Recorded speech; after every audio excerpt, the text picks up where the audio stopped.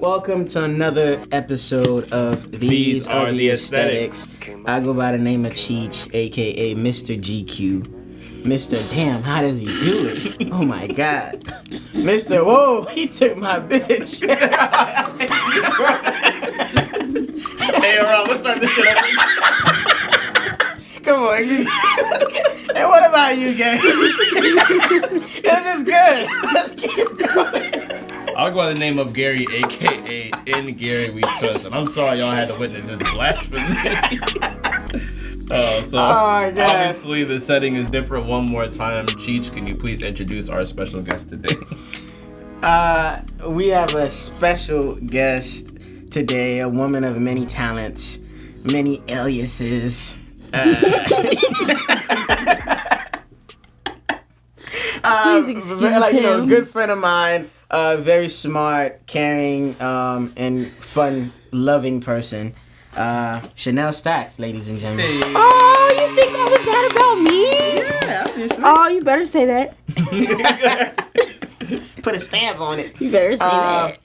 But yeah, man, how y'all feeling? How you feeling? I'm feeling great today, actually. I've been really drained over the weekend. My cousin just passed, so I'm here in town Sorry to hear that. her funeral. R.P. Dominique, I love you. Shout out to her. But other than that, life is great. Life is good. Okay. Life is good. I'm good, man. I'm good. I'm literally taking it day by day. Cuddy dropped the album. I'm happy. Yo, I listened to the first 4 tracks. It was dope. Gotta get the shirt. Yeah. It's a solid project. I think his music was needed around these times because he's somebody that pulls from solitude, from, being in a depressed state or just making mood music. So yeah, great project. I have yet to finish it, but it sounds dope so far. I listened to it. The funny thing is, on first listen, I think the only thing I don't like about the album is that the fact it was called Man on the Moon. It was part of the Man on the Moon series because everyone knows the first one and the second one, it's a little dark, moody, as you said. Do you listen to Kid Cudi here and there by any chance? I don't listen to Kid Cudi. Cool. I can't input on this it's cool. topic. I was listening to it, and for some reason, I felt so selfish to think of this. And I'm like, this nigga sound happy.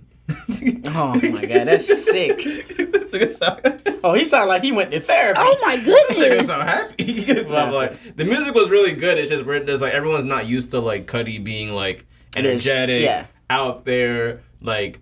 It did sound like a lot of upbeat. Like the production was very. Bro, Mike Dean did his shit. With the engineering, and I really liked the album. And there was a couple more backlash about the album, even though he's on pace to sell like 175,000, which is amazing. I think that's like his biggest like outbreak ever on the first week. But the biggest I think gripe people are having with it is that people are feeling like he's trying to sound like today's music.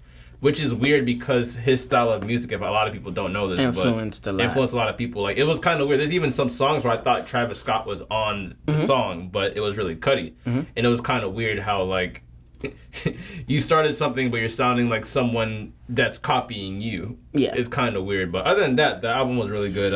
I love it. I think it's just people not understanding who Cudi is. That's probably saying that. And also, you not knowing or understanding his sound. His sound influenced 808s and Heartbreak. His imprint isn't. Even Travis Scott said he looked up to the dude. You get what I'm saying? They have songs together. So I think more so the production is very like today's beats, like today's just out there, like it sounds production. like I'm outside. Yeah. Which I'm not used to because Cudi makes inside music. Yeah, but I liked it. What have you been listening to?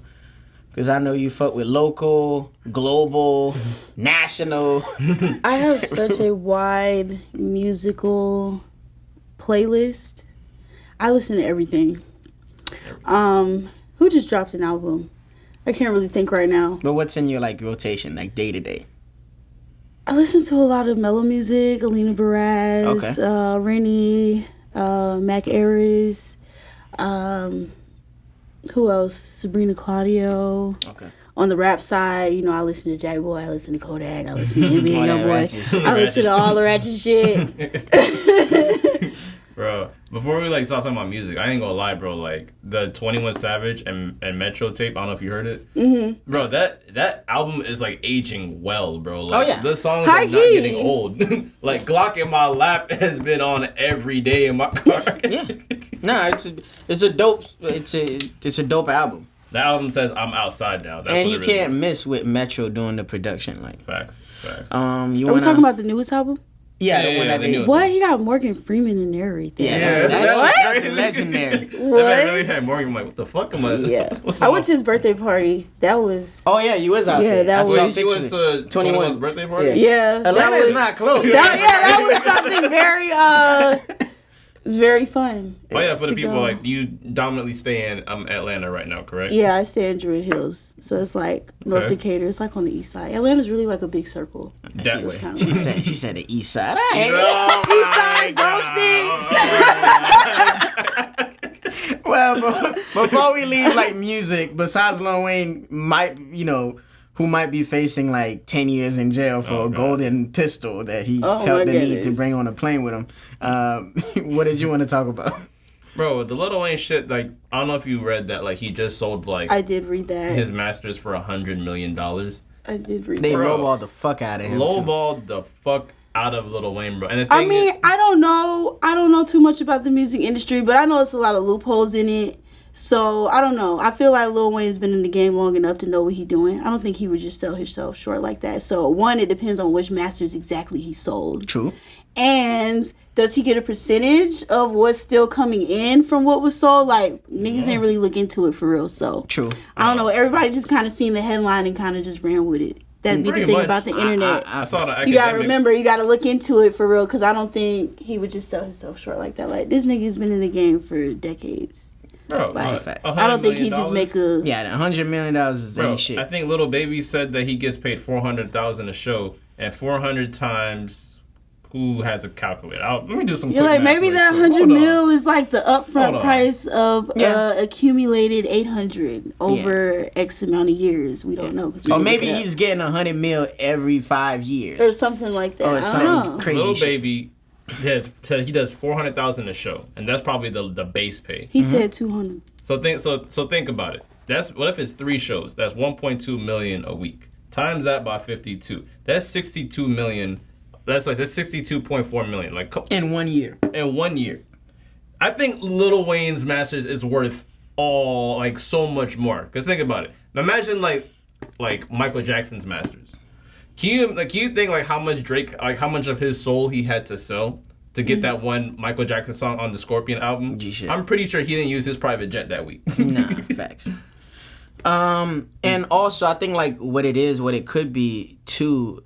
It could be like his earlier stuff, like before he got discovered by Cash Money, because I don't think we saw the resolution of that. I feel like Birdman still controls a lot of his shit. So, I mean, it could have been his way to cut ties with niggas. Yeah, that's true. Like, because Cash Money is under Universal, which is like the grandmaster of all, record labels. So, yeah, makes sense. That's true. Allegedly, Dr. Dre, like when he left Death Row, he like left everything. Allegedly. No. You're not gonna make beats for Tupac and leave everything. Get the fuck out of here. That's what the movie made it look like. The movie. He's like, no. Hell no. Let's get into some real shit, man. Let's talk about your job, because I think you had a funnier week than me, and that's usually the opposite.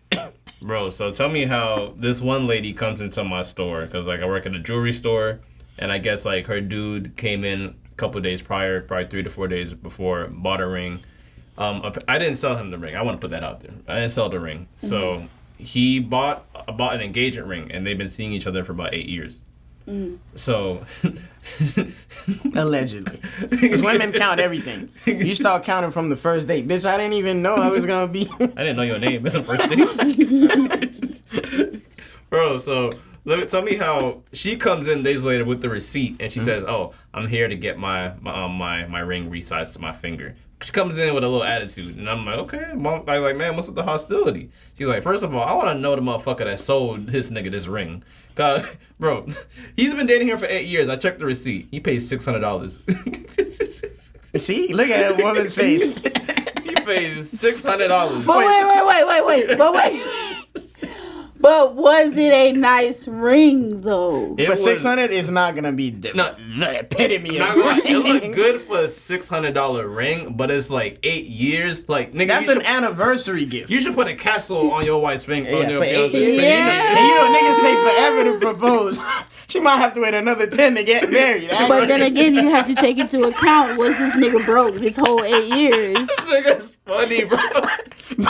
Black people will propose in 2004 and get married in 2020. Like, the bitch that got old, she a grandma now. Like, all her homegirls that could have been her bridesmaid died. Like, bro, niggas take forever. Bro, so... This lady, she's like, yeah, who sold this ring? And then like my manager's like, oh, I sold the ring. He thought that like, oh, she loves the rings, and she's like, you the motherfucker that sold this nigga this ring? And you know, like, it's an older black woman. She said, like, first of all, this Negro, you know what a white woman say Negro? She up there. Oh my god. Yeah, this Negro makes good money. He could have bought me a better ring. And then on top of that, he told me that, oh, I was really there to get you earrings. She said, if this Negro really came back into my house with earrings, he'll be walking around here limp noodle. What kind of people do y'all interact with at your job? Everything happened at Boynton Mall. Everything. Oh, you work at Boynton Mall. That says it all. Everybody got something. Yeah, that says it all. You work at Boynton Mall. When I say this lady was, you know, loud as shit, white people looking at us, and she's like, first of all, he wasn't going to see a piece of this ass for a very long time. Bro, and I'm like, I always want to tell dudes, like, y'all need to, like, step it up and, like, know like, someone else's value. Like, you've been with for 8 years. Are you really going to drop $600 on a Gucci slides. Yeah. You have to, I mean, listen, the ring, if you're going to present the ring with some slides, a Chanel bag, it would kind of, but just a $600 ring, that woman probably saw you get shot, get arrested, probably raised some of your kids from prior relationships. Bro, we got to do better. His child support for another kid. Yeah, we have to do better by all women, because this shit is not it. Bro, I'm like, you cheap ass motherfucker. $600 for 8 years? That's a sentence. That's a date for some niggas nowadays. For some people. Like, Yeah. I want to ask you, so if you've been dating a man for 8 years to 10 years, how much do you think the wedding ring should be that he paid for? First of all, we just gonna stop right there. I ain't about to be with nobody for no 8 years and you pop the question, yeah? No, because Yeah, that's it. Okay, because I feel like, you feel me, at the end of the day, you can never really fully know a person. You feel me? Like, because the world changes, life changes, circumstances change. Just as much as you change with the world, your partner's going to change with the world. So you can never really know a person for real. But at some point, you've seen them when they're down, you've seen them when they're up, you've seen them when they're happy, sad, all their emotions, and you see how they operate themselves in these situations. So I feel like after like the first 2 years, you should know. Like, do you want to be with this person for the rest of your life? Can you deal with them for the rest of your life? Like, if you still contemplating 2, 3, 4, 5, 6 years down the line, like, we just wasted time after at this 2 point. Years, all your sex moves. Yeah, like after 2 years, it's like, golly, like, what are we doing? Like, are we gonna move forward? Because I don't know. Bro, you know what's wild? If you're in a relationship for 8 years, and you see she's probably watching all her girlfriends get engaged, married, have kids, having different homes. That's what I'm saying. Like, she like, that don't even sound right. Like, oh yeah, this is my boyfriend. Oh, how long y'all been together? 8 years. What the fuck? Yeah. 8 years. Do you feel like, okay, this is a sidebar. Do you feel like some women just give up on the idea of ever being married after dating somebody for a long time? I definitely feel like people get too comfortable. Like, a big problem with the world is that people just settle in situations, period, in jobs, in relationships with friends, in relationships with romantic partners. People just settle. Like, people, especially black people, oh my God, like, we just don't really stand on anything for real. Like, you see it in the internet. They'll be in this spar about a situation, and then a week goes by, and then it's like it never happened. Like, no one, people really never have those conversations. Stand on their boundaries. So then it's like the people that do have boundaries and stand on their boundaries, it makes it harder for us to find love or find people that relate to us, because it's like I value my relationships with others too much, and we're living in a generation where everybody is kind of just like shifting in and out of stuff right now. Like yeah. Not to make this a racial issue, a racial topic. Like to better like form what I'm gonna say, but I feel like what white people do better than us is caring about multiple things at once. Oh, facts. There's Cancer Society. There's, Alzheimer's Society. There's all these things that they're fighting and raising money for all at once. We have to do our thing one at a time. Black Lives Matter, because a couple of us get killed, which is very sad. But then you get Protect Black Women, and then Black Lives Matter have to take a backseat to that. And then something else happens, and Protect Black Women have to take another seat, and we have to fight for something else. Why can't we Support have Black love?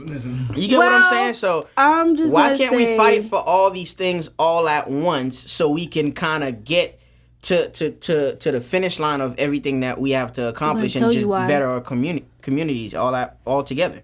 Well, I have a theory of why. Okay. It roots very far back to when we were enslaved. Like, we as a people don't even really know our history. We don't know where we come from. We don't really know too much about. We don't even know too much about our last names. Like, we share the same last names as white people. You feel me? Yeah. Like, they have their solid foundation. They've had families where generations and generations and years of money and wealth and power has been passed down. And we, as black people, as slaves, we've always been broken from the beginning. Our families have always been broken. Like, we don't have that sense of that village concept. And then because the world makes it so hard for black people to be successful, when you got those certain blacks that get to the top, it kind of seems like, oh, they forget where they came from. Because now it's like, I've proved that I've made it out of this struggle, so you niggas can't sit around and just expect me to take care of y'all because y'all can do the same thing as I. But really, it ain't that easy. No, it's absolutely. really not. But white people, like, they've built, when they came here and conquered this country, they made sure that they set the rules to work in their favor, which is why it has been this way for so many years. So it's like, once black people realize, like, you gotta get your own system going, because the current system that we have, no matter who sits in office or all these politicians and all this stuff, like, we at some point got to just be like, all right, because this country wasn't built for us. It's never going to be for us. So we got to figure out another way to exist here, because it was never made for us. It's just time changes, and now people are more rebellious, especially the young people. Like, they the ones out in the streets tearing stuff up and burning shit down and doing all kinds of stuff. Like, now they're like, okay, yeah, no, they ain't going. So maybe we need to reform from some things. But it's just a finesse. Just to get y'all quiet for a little bit. Because like I said before, black people don't really stick to nothing. It's like, okay, we going to push this for this week. But then next week, something else going to happen, and our focus is going to be completely on that. Yeah. So we've always been broken in the mind, like, from the beginning. So it's kind of hard to come together as a collective and say, okay, this is what we need to do, because that was very well never said. My manager made a racist joke. I mean, I thought it was racist. She was like, oh, after you get off, were you going to protest with those people? I said, that shit not funny. Well, first that of all, shit not funny. I know, but you ever heard some wild shit and you don't know how to respond? And you just like, I'm looking at her and I'm like, you better be joking. And she was dead ass serious. No, one smile in the face. No, I'm like, first of all, I just got off an 8-hour shift. If you feel like I'm gonna march down these streets protesting, no disrespect, that ain't gonna happen. And number two, who are those people?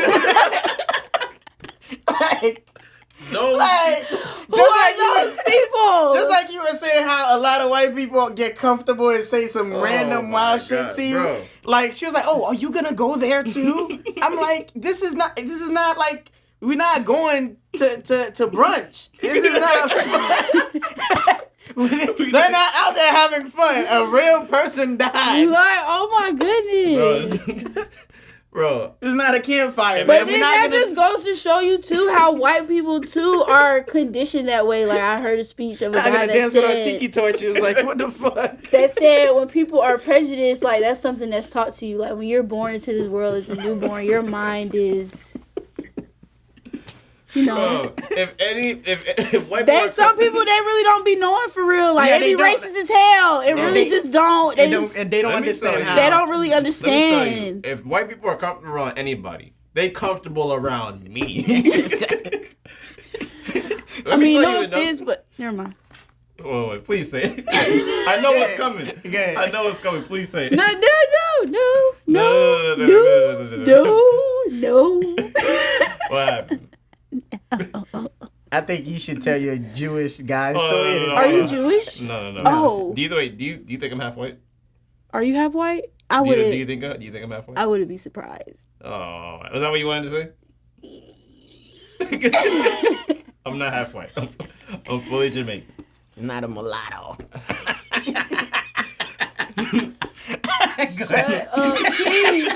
What I wanted to say is that one of the cons about being light skinned is that I think a lot of white people think that like, oh, he could be one of us. Yeah, because partially because like even though like he's black, but we can relate to him a little bit more. He can explain to us like I'm like their scapegoat type shit. So bro, I'm literally minding my own fucking business at my job, and then my manager is helping this one guy, and then he's like every time he comes in the store, the Jewish guy has a lot of money, always comes in like real crocodile boots, always flexing his Jaguar keys. Oh, but always cheap as shit. Mm-hmm. Always cheap. But every time he comes in, he always has like the coolest jeans. Like this man always has like perfectly like layered jeans that stacks right on his boots. I'm like whatever. So I see him one day and he comes in the store and I'm like, oh sir, I always wanted to tell you I don't want to be weird, but you really have really nice jeans. And then he says, oh, I want to tell you something that's gonna blow your mind. The company that I work for, we actually were responsible of cleaning out the houses of dead people. So everything this man got on, his shirt, his jeans, his boots, probably his damn underwear is from dead people. He's literally the human version of a vulture. Yeah. So this man's I don't know. My auntie used to do that, so I Bro, know. so I don't know how the conversation happens. We start talking about St. Jude's. Are you aware of St. Jude's? Like St. Jude's Hospital. And then we were talking about how he loves to donate money. And then he said, you know what? Last night, I had a dream. And then he looks dead at me and says, I know you've heard that before. Because, Martin Luther King, I had a dream. That was racist. Bro, and he was laughing while he That said was it. very racist. I know. Bro, and the thing that made it more funny that he's laughing at it, and I'm like, bro, I know he had that joke tucked in there. Oh, I'm about to go to I'm about to kill him with this one. Oh, I'm about to kill him with this He one. might have practice with his family. Yeah, that's what it is. He was waiting for the right black person to say it. They're gonna love this one. They gonna love this. Bro, so he comes in, then he's saying, oh, He probably said, babe, you think I'm gonna get my ass beat for this? No. Go ahead. go ahead. Then he's literally saying, oh, I had a dream last night and that I had millions of dollars. I won millions of dollars and I donated $1 million to St. Jude's Hospital. But I'm like, bro, you really you were that comfortable, but you don't even know me. Yeah, just shit. I think just my appearance. I wear glasses. I'm light skinned. I talk white, quote unquote. Even So though people I talk think regular. you're a bitch. Oh, I can just say whatever I want to this guy. Bro, and I'm like, it's just so funny how comfortable he got with me so quickly. And you don't even know me. Yeah. And I'm like, do you know that's racist? And I'm not gonna lie, even though like some people might get offended by what I'm about to say. There's some Jewish people in this world that think they can't be racist because they're Jewish, because they people been oppressed too.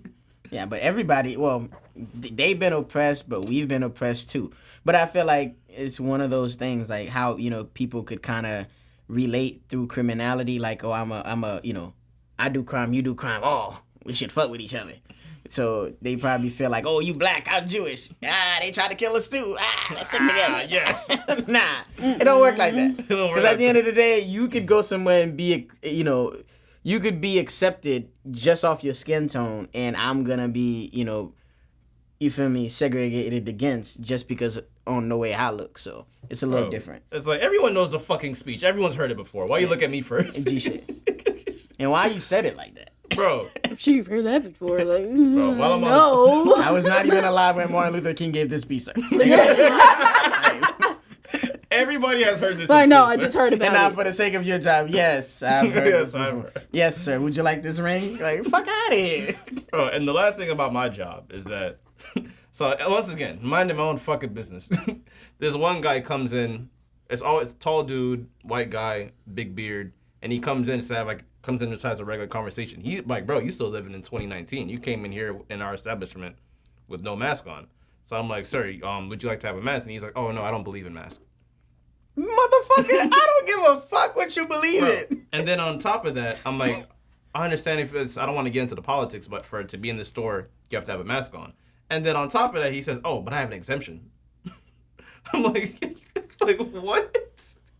An exemption? And then he says, he was about to explain it, but then my manager saw getting kind of frustrated. And the thing is, I was going to ask him, is it medically? He didn't mention nothing about medical reasons. He just went out and got an exemption. I didn't even know it was real until you actually confirmed it with me. People really have exemptions. The exemptions exist to only certain places. So the exemptions that I've heard about is if you have like a medical condition like severe asthma, like you cannot have the mask on for a long time because you could actually suffocate underneath. But it's only like if you have a severe like medical condition, and you can only use that excuse in certain places. If you are that sick and you cannot afford to have a mask on for a long time, then what the fuck are you doing around people all the time? Stay home. You can, right now, you could get your medications delivered to you. The world has not been easy like that for like the longest. Like now you got Uber. Now you can Uber Eat. You can Uber Eats alcohol, bro. Like you literally don't have to leave your house. So why would you know that. Why won't you? Oh yeah, trust me. Whoa. Sometimes when you're at the crib, you learn leave. something new like, every day. My birthday this week gonna be lit. Atlanta don't give a fuck. She can walk down the street and go get some. Probably drink in public. But yeah, but even when you walk in somewhere, I'm pretty sure he was not gonna go to the jewelry store and stay there for 40 minutes. You're gonna go in, look at a few things, get something, and leave. But some people literally leave the comfort of their home to go be a pain in your ass at work. Bro. And I hate those people. And the funny thing is, that same dude came in 2 weeks ago, and he said the exact same thing. I don't believe in masks. Then someone asked him, this is probably before he got his exemption. He brought out a Trump mask. I'm like, Oh, the irony, bro. The irony, bro. So I'm just like, bro, I understand if, like, even if you have a medical condition, you have an exemption, wear a fucking mask. Jeez. It's like not much to ask for. yeah. But to kind of stay away from those little topics, let's get into the fun stuff. So, what I thought about, the topic that I thought about was you never notice how your partner would treat you different after they see the dynamics between another couple. Because I remember I was dating this girl and she was talking to her homegirl. Her homegirl was like, oh, I went to Orlando for this guy, and this man, all he wanted to do when he got me in the hotel was fuck and go to sleep. Like, he did not have a nights planned out for us, da-da-da. And then she goes, oh, Cheech would never. Cheech always got, something lined up. He always got it. I'm like, oh. And then she was like, oh, babe, I'm so grateful to have you. But I'm like, damn, you have to wait till you see someone else's fucked up situation for you to understand what I do and who I am and like the role that I play in your life. It's fucked up. Like that, shit like that never happened to you where like your partner don't really appreciate you unless something else happens to open their eyes. Take on it first.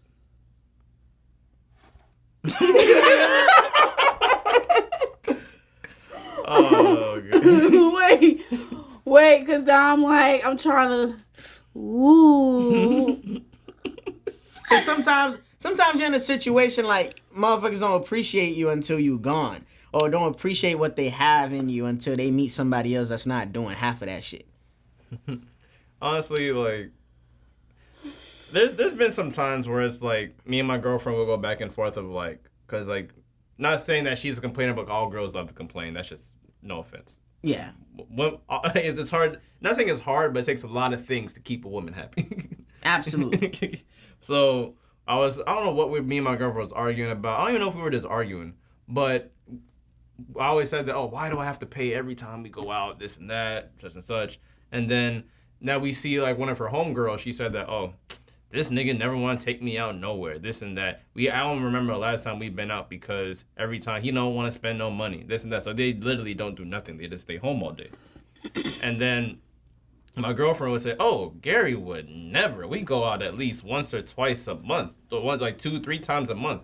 Oh, we always do something. He always takes me out the house. And then I'm like, this is me looking at my girl like, exactly. Be grateful. Exactly. Because bitches out here surviving on less. And it's like, it could be worked the other way too. If I did something that she don't like, and then I just reminded myself that there's like some woman that's cheating on a nigga right now. Nah, G shit. So what's your take on that? Has anybody taken you for granted? Let the church say amen. Because I know certain situations. Let the church say amen. Okay, so my take on this, I be feeling like sometimes I'm like too transparent for these kinds of questions because I look at them from so many different aspects. I just feel like, I don't know. I feel like human beings by nature, by design, by DNA are flawed. Okay. So if you really think about it, like human beings are never really satisfied, for real. Like it's always, I want bigger, better, more expensive, more. Like even the richest people in the world, they have everything and still want more. Mm-hmm. Just want more. So when it comes down to relationships, it's really like a job per se. Like you and this person really have to work towards keeping each other's spirits high. Like you ever seen that picture where like it's like a drawn picture where like the man's watering the girl's head with the plants and then like vice versa. Like that's really how it has to be because like I said, the world's always changing. Just like you're always changing with the world and with the circumstances. And my biggest thing, and I blame this for everything, I really blame social media because that's a fact. I just feel like so many people, especially millennials and people in our generation, like it's too many of us walking around that just don't have a mind of our own. Like, just like they're saying, like, oh, he never takes me out, da-da-da-da. Like, you only want him to take you out because you've seen somebody else been taken out. Yeah. But say you live like, I don't know, in Timbuktu somewhere in the middle of nowhere and y'all were together and you ain't never been on no date, you wouldn't be complaining about no date because nobody else set that standard for you. So it's kind of like people don't really be holding their own standards. Like you're with a guy that works a job, pays bills. Obviously, he's not a rapper pulling in millions of dollars a year to buy you all kinds of shit. Like you can't expect the same accommodations. Like you gotta know who you dating, one, appreciate where you at if that's where you gonna be at, and then it's kind of like you just gotta know how to move because people just be living by other people's expectations and expecting things out of, I'm not gonna say regular people because that sounds fucked up, but it's kind of like know your tax bracket, bruh. If I'm working a 9 to 5 and I make less than $15 an hour, I can't afford to take you out on a date every week or every other night or whatever, however much you want to go out. You better be thankful for that one day you get a month and sit your ass down somewhere. 1,000%. Like, be thankful for the fact that I can even do that. And it's like people just, I don't know, social media is too influential because you can't lie. Like, it is shoved down your throat every day. Like, you get on your app and you see people getting cars and clothes and purses and jewelry and chains and stuff, and then it's kind of like you as a human being, like you're gonna want that. You're gonna say, "Dang, I want that." I got a question. I don't know why this just came to my head because I remember like I had a conversation with someone about how because did you go to Palm Beach State? No. Well, me and you, we went to Palm Beach State, and the ideal woman that everybody would want usually dates. I like to call right now niggas. Nigga that has the right car right now, the right job right now. And since you brought up social media, do you think that social media kind of killed dudes with potential? Yes. Because I agree. I believe social media has provided too many options. Like, it's at your fingertip. Like, okay, you don't want to do it. Like, I could literally find somebody profile, the next nigga is somebody who's going to do it. Because, like I was used to tell Cheech, at the end of the day, even though niggas probably don't want to admit it, you're in competition with simp ass niggas, bro. No, that's a fact. Like, that is just what it is, because there are men out here, especially rich niggas. Like, people would think, oh, I ain't spending my money on no bitch. No, you're only saying that now because you don't have that kind of money. If you was bringing in thousands and thousands of dollars, $60K a day, $80K a day, like you touching real money, $2,500 on a bag for a bitch is nothing to you. Or they didn't find the right one. It's nothing to you. It's kind of like, literally like why they say cheating is a rich nigga sport, because we're humans. Humans like materialistic stuff. If I could have 10 bitches on the side and all I gotta do is buy them a few things, and this is a small percentage of my bank account, like, I don't even notice that shit missing. Like, what is that? And I to can a rich control nigga. them with that. But then y'all out here in the other bracket gotta compete with them niggas, because it ain't like they don't fuck with regular bitches. Like, it's not far fetched. Future just said in the song that like it's not far fetched. Like, I know a lot of celebrities, I know a lot of rappers, like, it's not far fetched. Like, they slide in your DM just like y'all regular niggas are sliding the DM. And then it's like, oh shit, blue check, what's that? Hey. and to kind of go off of what she was saying is, I always say this, sometimes when you have too many options, it's hard for you to choose. And I feel like this is why a lot of beautiful women end up single and lonely, because you out here waiting for the next guy, like the next best thing, when the people that come after you are the pool of people you surrounded by. Okay, you want fucking, you want a nigga like you want a Virgil. He's not living in Palm Beach. You have to go. First of all, you have to be able to afford to live in the area where he's at to even come in his vicinity. You get what I'm saying? You don't know these men. You cannot wake up and drive to. You cannot go to a restaurant where they frequent and happen to see them. So if you fucking work at McDonald's, yes, there's gonna be regular niggas that's gonna come by that McDonald's and see you and gonna want to get your number.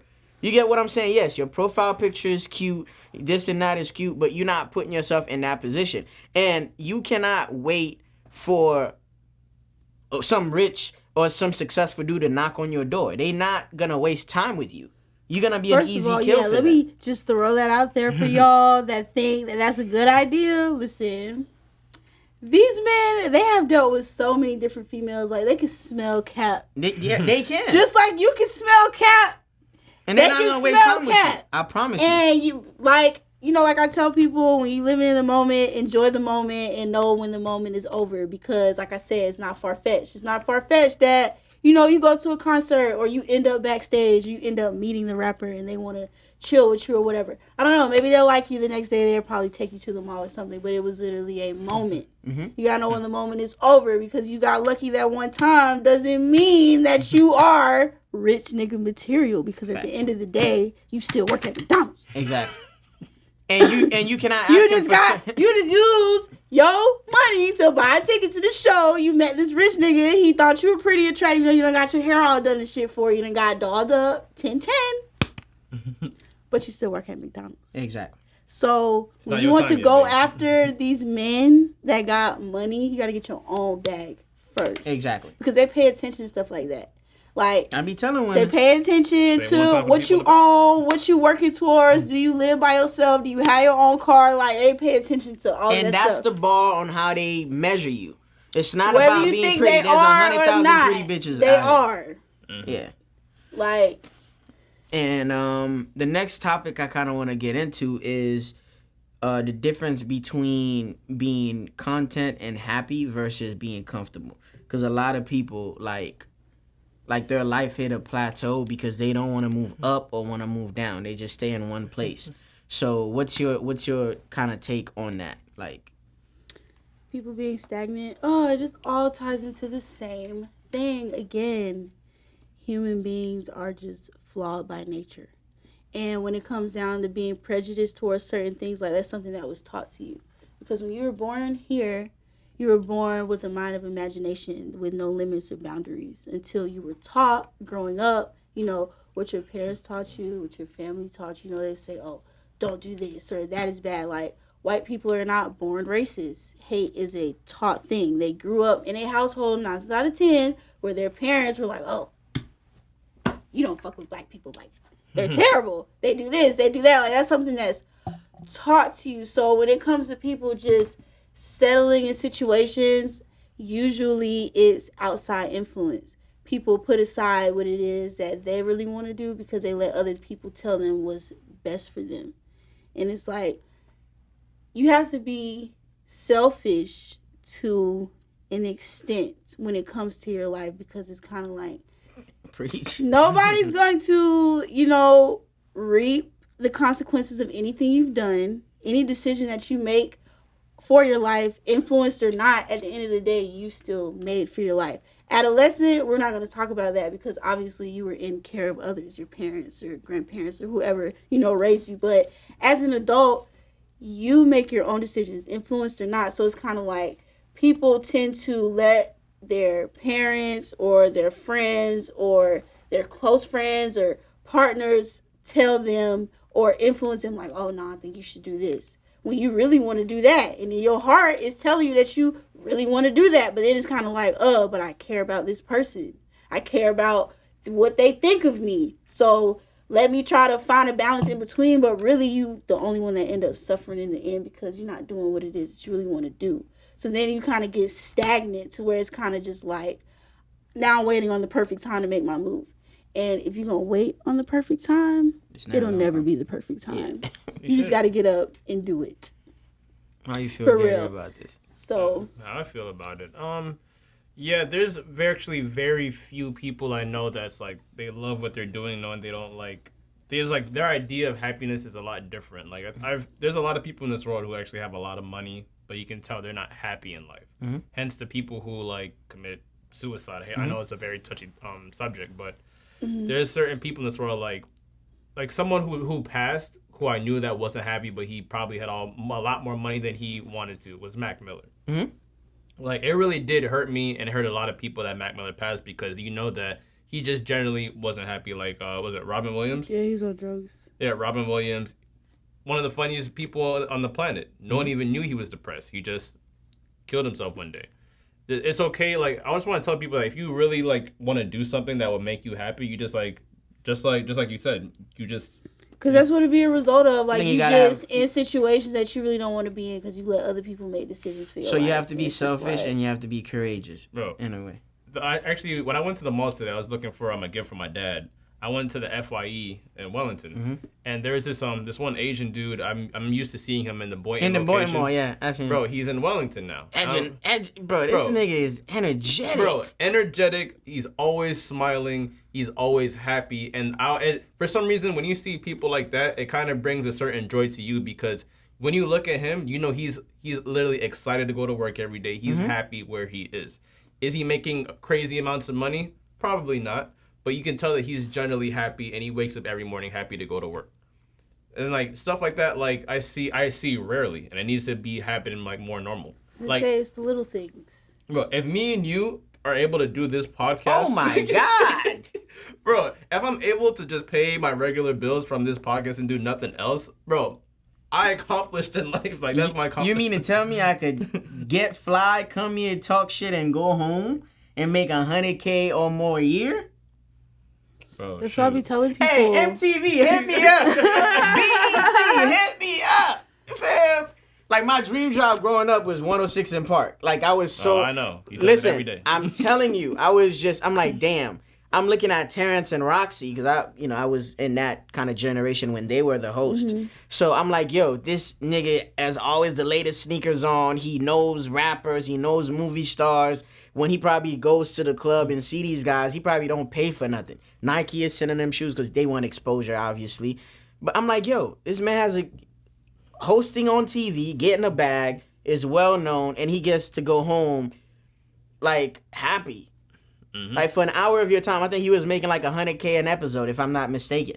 Oh, shit. Every day? 5 days a week? Sign me up. Yo! It's definitely a no-brainer. I'm telling you. Especially since we're talking about like jobs, how we met, we never really formally met until today. I first saw how you probably, I don't know if you saw her there first. Like we known you from working at Twin Peaks. Facts. Good times. And you were you ever a bartender? I knew you were a waitress. Were you ever a bartender? I was a bartender. I actually, when I got hired, before the store actually opened, I remember they had a trailer in the front when I got hired. I went in and did my application. But they were doing bar training the week of final exams, my senior year in high school. And obviously I couldn't skip out on my final exams to go to bar training at work, but they told me that they would train me the week after. So obviously we had exam week, and then the week after was senior week. So I chose to go to work and learn how to bartend instead of going to senior week. I did not participate in senior week at Palm Beach Lake 2016. So I started there as a bartender, as a waitress, and I was a hostess. So I had experience in literally every job in that place. So did you like being a waitress there? I loved it for a long time.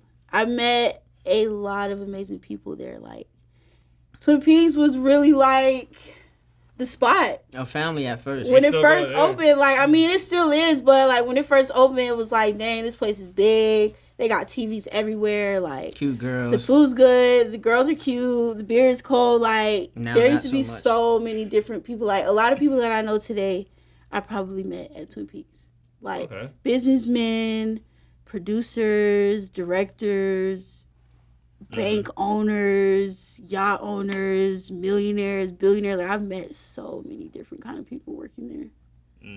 So, and the reason why I bring up like Twin Peaks, like even though even though she's giving them a lot of accolades, they be on some bullshit too. So, they definitely be on some fuck shit. 1,000%. You ain't getting no napkins. What is with that? Like, why y'all give no napkins?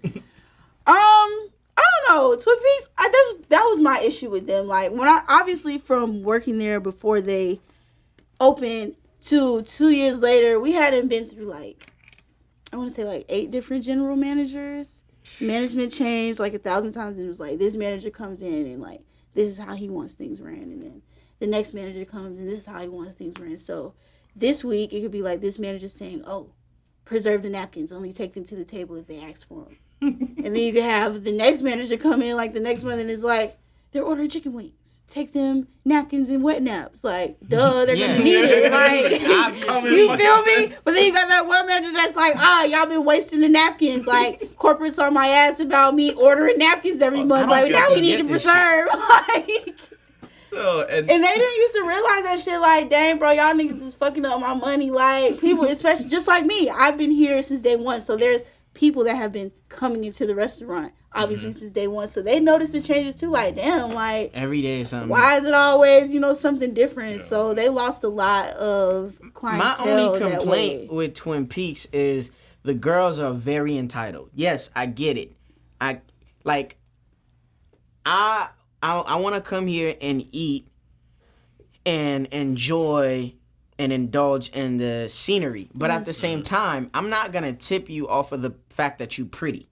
You have to work. Thank you. Like, you have to bring me refills. This is your job. Because I'm a waiter. I know how it is. You get what I'm saying? Right. So you have to bring me refills. You have to ask me if everything is okay. Don't just come by. Don't just greet me, get the order, drop the food, and you see me when I'm checking out and you expect a big fat tip. No. What if I did not enjoy my meal? I wanted something else, but I didn't want to chase you down the whole restaurant. And what I hate is, like, they focus more on flirting with customers versus giving a good experience. Like, I don't give a fuck if you tell me I have a nice shirt on. Allegedly. Like, I just want my shit. I just want my food. I just want to have a good experience, eat, and I'll tip you. That's part of the deal. But I call them restaurants because it's like you expect me to just find you pretty. You get what I'm saying? Like, you can't just expect to just...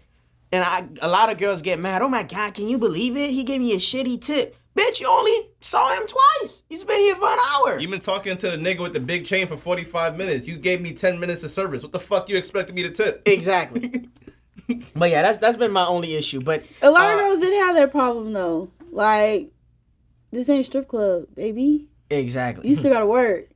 And I used to get into it with girls all the time. They just be like, how you making all this money? Like, cause I know what I'm doing. You go like. And then it's like people like waitressing it can be hard, but it's really an easy job. But it's like, obviously it's gonna get hectic, but it's really an easy job, and they just make it so hard for themselves. Like, have you had? Because I had a conversation with somebody, and this creepy guy asked her for her underwear, and they proposed to give her like $1,000. I'm like, so this, like, you have to be a sick nigga. She's been wearing this underwear all day, butt cheeks sweating, and you want to buy her underwear from her for a stack. First of all, you know, anyone who works a 10 to 11 hour shift and you have that like streak in your underwear, like you've been working way too long. You want that? Like, there's a lot of nasty niggas that go there offering girls. I don't know if that happened to you. Offering girls to fly them out, offering girls money to fuck them. I'm like, bro, you don't know this person, and you see a dolled up version of this person. Mm-hmm. I mean, I ain't gonna lie. I used to do it. I don't care. Okay, what's the wildest shit? What's the wildest shit? Wait. What's the wildest shit that you've done at that place? Bro, because the like, build-up is what killed me.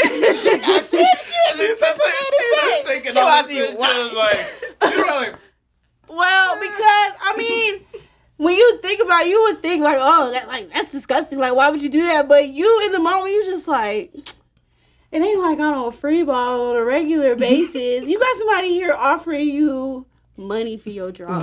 What's the wildest shit you've done? The wildest thing I've done, I had a guy ask me for a video. Allegedly. She don't work there no more. Well, no.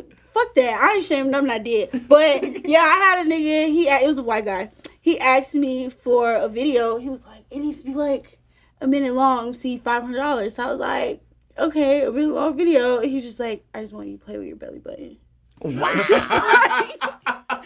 And I was just like, for a minute. What you mean? I do that on the couch every day. What you mean? Like, but literally, like, that's what he wanted. Like, he was just like, oh, you have like such a nice stomach. And at the time, I had a piercing in my stomach. He was just like, oh, just like move your piercing, like play around, and like, what? you know. And then I was just like, okay. I mean, like, do you know? He was just like, no, you know, you don't have to show anything else. So he literally only wanted this view. And he was like, do you have like any oil or like lotion or something? Bro, the price of dick needs to go up, bro. Like that. And I was just like, money. I was like, okay, bad. Like, cool. Yeah, we have no value, bro. Guys used to come. And then, you know what? Just like you said about the girls that come in there and just be expecting to make money. They used to be hating, bro. Like, talking all that shit. Like, shut up, ho. You know you the sold your drawers. Like, She's like, I'll never. Like, why are you hating? The like, right amount of money was not somebody offered to could, you like, yet. bro, somebody could tell you they gonna see $500 for your drawers. You gonna take the drawers off, cause what you gonna do with them? Okay, first of all, the belly button one is cool. Yeah, what's another wild one? And there's ever been repeat offenders too. Oh yeah, he used to come all the time. He used to give me money like every week. He would come every Friday. That's crazy. I don't know. Like, really, I used to really just break bread as a waitress. Like, I never really had to do too much, like, at work. Because, one, I knew a lot of people. And then a lot of niggas fuck with me because, like, I'm cool at work. And I used to look out for niggas, like, too. So, I really should just break bread at work. And then at the same time, it's kind of like I said, waitress is not hard. Like, you walk past the table, you see somebody cup getting empty. You already know what they're drinking because you're their waitress, obviously. Like, bring it back to the table. They're either going to drink it or they're not going to drink it. But stuff get wasted in the restaurant every day. So exactly, you would rather have a cup sitting there for them to drink out of than them look around for you for 5 minutes like, oh, I'm thirsty. 5 minutes. So, and then by the time you bring the cup, niggas don't want no drink no more. So it's like... Yo, what I got to ask you, because I think everybody knows this. Probably the hardest woman to bag in any establishment is the waitress. What does it take for a man to bag the waitress? I need to know this. Because okay, wait. Why do you say that? Why do you say the waitress over the bartender or the hostess though? Actually, I didn't even think about that. But any woman where it's like they see multiple men, the waitress will entertain you. No, but the thing is, okay. like, it's hard to like try to like, at least get. Even rich people even fail at getting like a waitress, the bartender, because they see a plethora of dudes every single day. They see different personalities. So what does it take for like for the waitress or the bartender to be like, oh, like, you know what? I'm gonna give him a chance. It got to do like a lot about approach and timing, because you could really be that nigga, but this just ate my day at work. I'm not on that right now. Like, I don't care who you are. You just catch me on a bad day, but really just be like timing and about approaching. At the end of the day, it's just like strippers. Like, yeah, I'm a stripper. Yeah, I'm here at work, but I still expect you to respect me as a woman at the end of the day, because I'm doing what I got to do right now to make money, just like anybody else that got a job. You know what I'm saying? But people tend to forget that just because I'm walking around in a crop top and shorts like I would if I was at the club or at the beach, I still got boundaries. But just like in the club or at the beach, people feel like they can just touch you and do little stuff. Like, people tend to forget. So really it just be like about approach.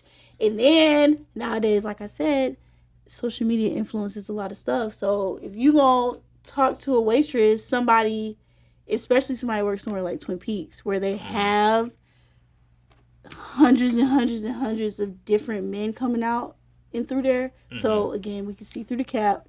9 times out of 10, I can pick out who really got money and who don't, because the niggas who really got money usually don't do too much. Facts. Like, they be chilling.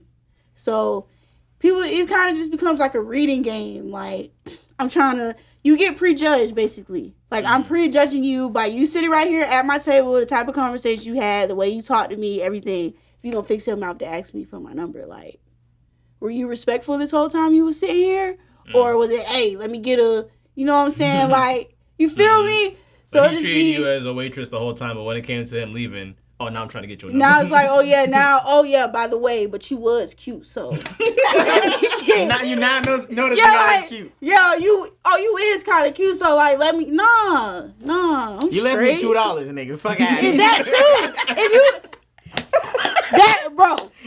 If you gonna ask for a waitress or a bartender number, at least leave 20% of your bill, okay? That's like asking because, for baby, we talking about you in the kitchen.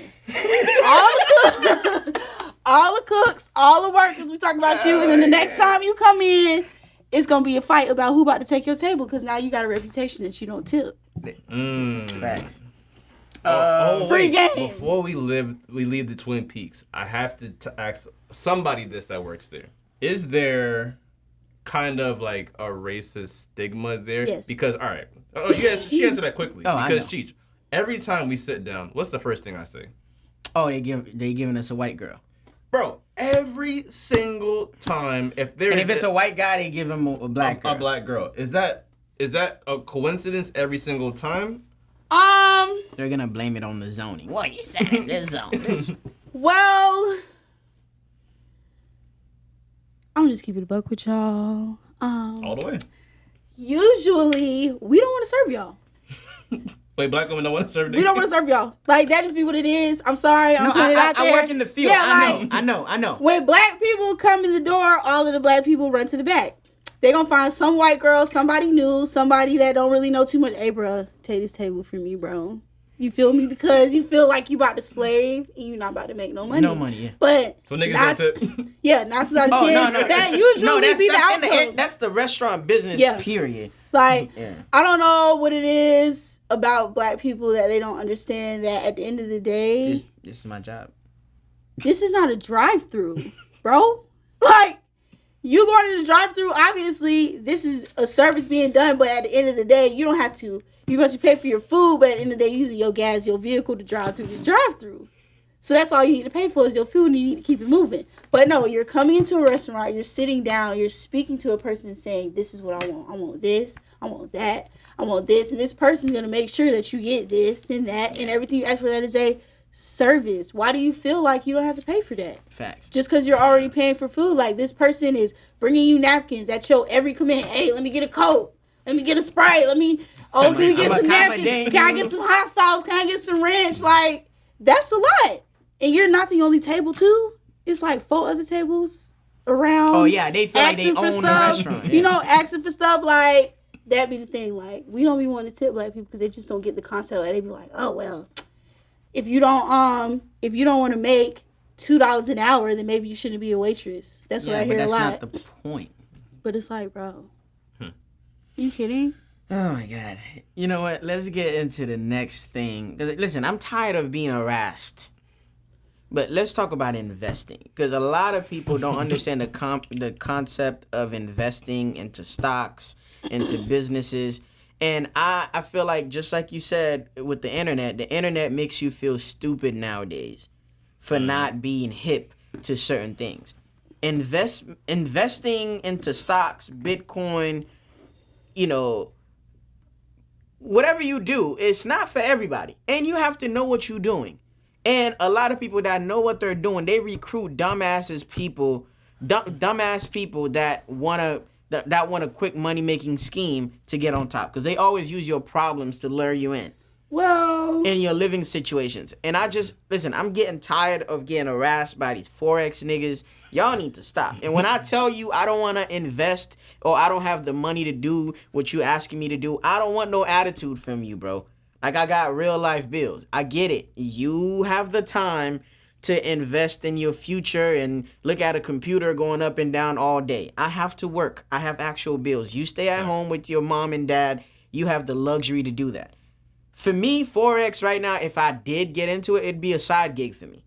I don't have time to do it. I don't got the money to invest in shit. So y'all niggas stop asking me. Yeah. At least 10 pages a day try to follow me. And I block all of y'all. And before I ask y'all for your opinion, okay, while y'all talking about it, I'm going to find a DM conversation between me and a young lady that agreed. You mentioned a couple episodes ago, right? No, not this story. Oh. This is, I'm going to read to y'all a conversation between me and this girl that we made plans to go out. But, like the days leading up to the date, you got to keep in contact, trying to whoop-de-whoop.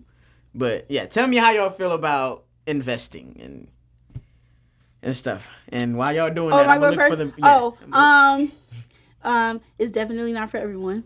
1,000%. Forex, I'm just going to say for the record, Forex is not a scam. Forex she be on the is not a scam.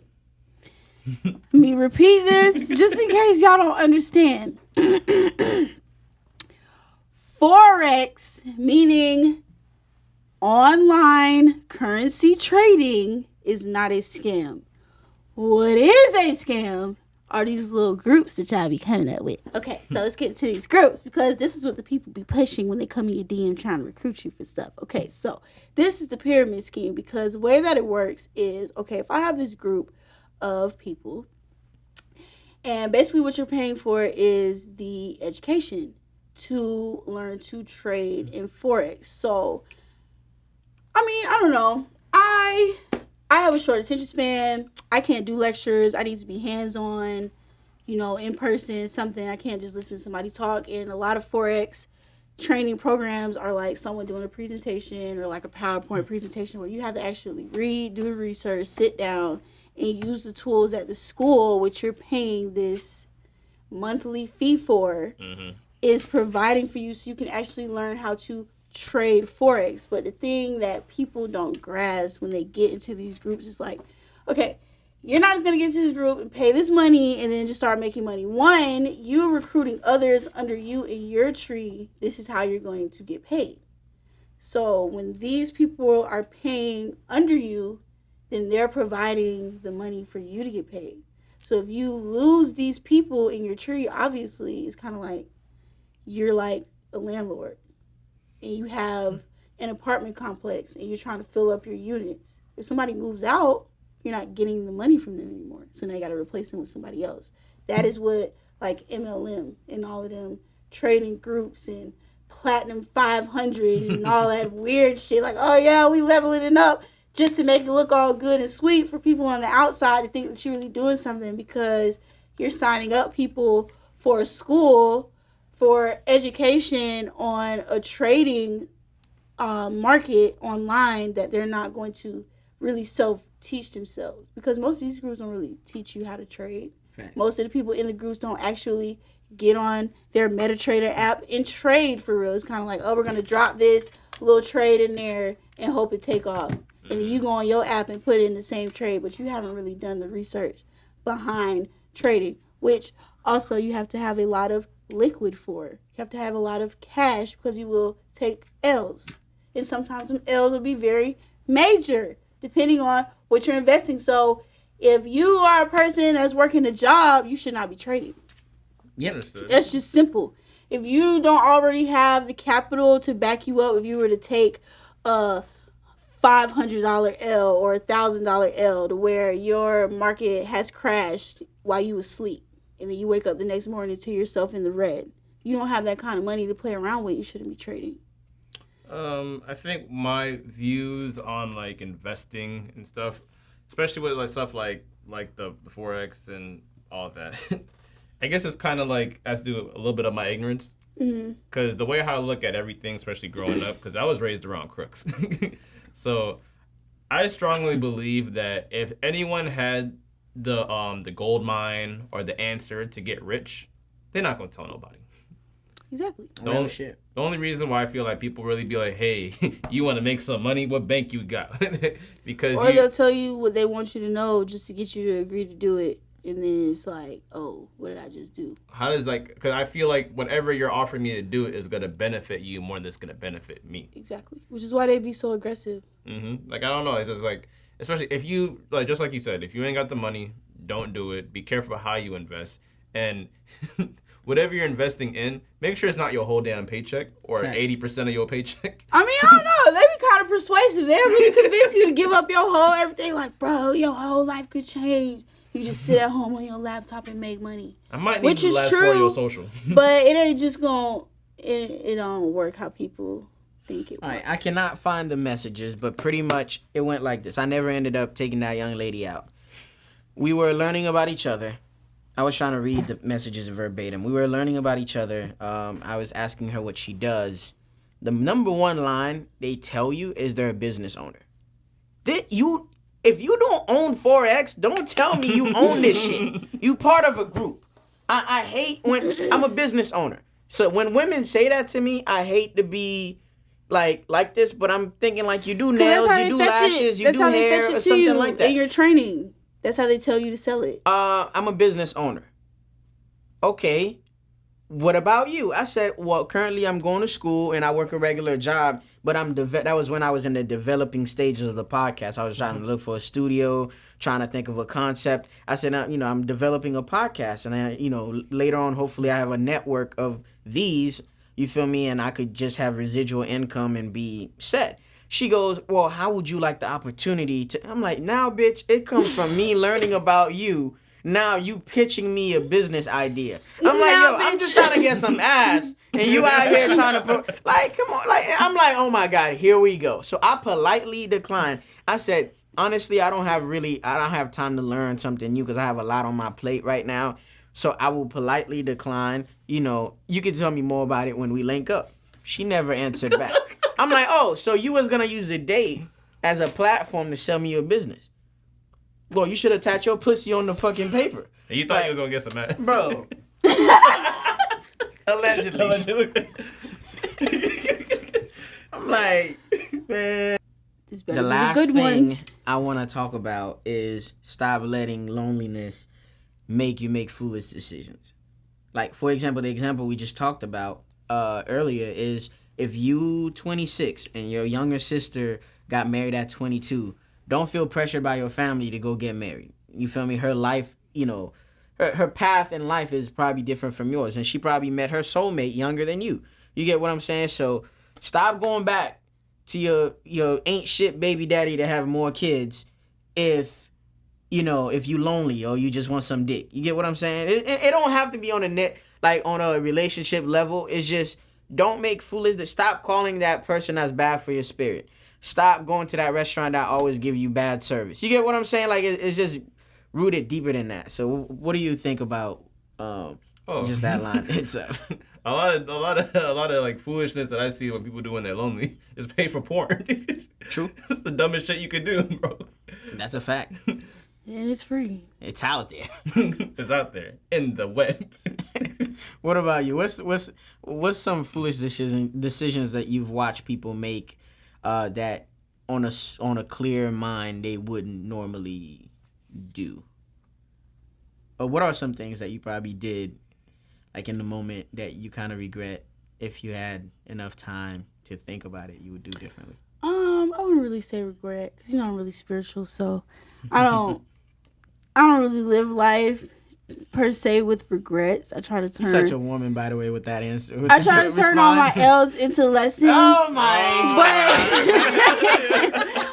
But no, for real. I don't know. I be feeling like it even gets the best of us sometimes. Cause like it'll be times where I be in Atlanta. Obviously, I don't know a lot of people out there because I just moved up there like a year ago. So I don't really know a lot of people.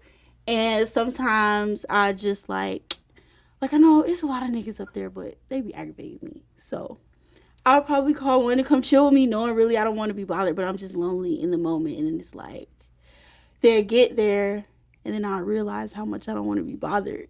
So then it's like, you gotta go. You a nigga for that. Yeah, like, no, you need to leave now. And it's just like, I don't know, people just gotta get comfortable with being alone. Being, by yourself. I say, the world is too influenced by other people, like, so people always feel like they gotta constantly be around somebody. Somebody gotta reassure you or retell you, like, yeah, like, you're doing the right thing. Like, people don't really just get in their zone and be like, this is what I want to do, so I'm about to do my shit this way. It's always kind of like, but such and such in this situation or that situation. Like, you just gotta learn how to be content with self, because I'd say the contentment of love that people look for in other human beings doesn't necessarily exist in the next human being.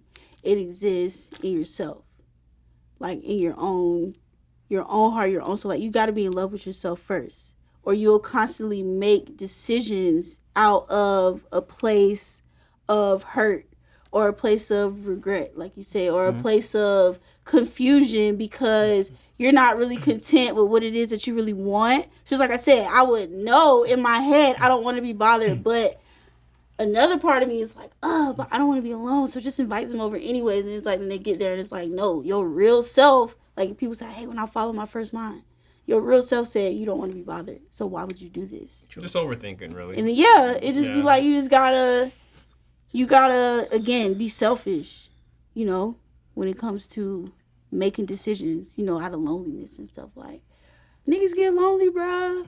Everybody gets lonely, especially at night. Oh, 1,000%. But imagine making a decision like out of loneliness and it fucks you up forever, like Facts. Getting pregnant or something. That's like, I'm sorry, look. We're scared of that. Nothing against nobody that got kids, but fuck them kids. I don't want none right now, so that's like my biggest fear. Like, that's the only P word I don't know. Pregnant. No, but like, bro, like imagine like that one night where you really ain't want to invite a nigga over, and you invited a nigga over, and then a month later it's like, I'm pregnant. Now you can't find that nigga. That nigga move, That would be change his social. So, oh my gosh. Bro, funny, good ass episode. Yeah, good ass episode. We've been exposed and got a little insight in your brain and how you function and how you make decisions and think a little bit. And we've been wanting you to come here for the longest, so I appreciate you taking the time. I finally made it under unfortunate circumstances, but this was dope. I appreciate you. Don't forget to shop Staxx the brand. Oh yeah, you could shout out your brands because I know you do everything. Don't forget to shop Staxx the brand. You can follow me on Instagram at c.staxz. You wow. So Staxx the brand in my bio because. And by the way, she is high as fuck. Honestly, I feel like I've been sitting here for like a really, really, really, really long time. But then I looked at Gary's phone and it's only been an hour and 15 minutes. Yeah, that's crazy. But man, y'all already know the vibe. Support somebody today and give them a reason to support a black-owned business. For sure. And you do that every day. And shout out to all black-owned businesses. Y'all niggas doing y'all thing. For real. So what do you go by? I go by the name of Cheech, a.k.a. not the daddy.